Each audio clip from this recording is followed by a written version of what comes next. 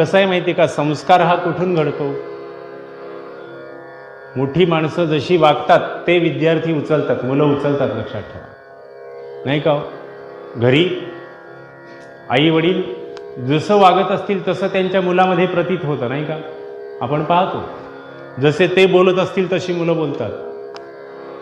आई वडील नम्र असतील तर मुलं सुद्धा नम्र असतात, नसतात का? संस्कार करावे लागत नाहीत, संस्कार होत असतात, लक्षात ठेवा. म्हणून आपण मोठी माणसं म्हणून फार जपून वागलं पाहिजे की नाही?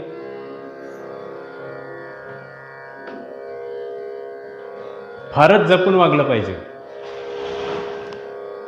2 वर्षाचं मूल बापाची नक्कल करतं म्हणाले. बाबा आल्याच्या नंतर पलंगावर बसतो, आजच्या काळात बसतो, हो की नाही?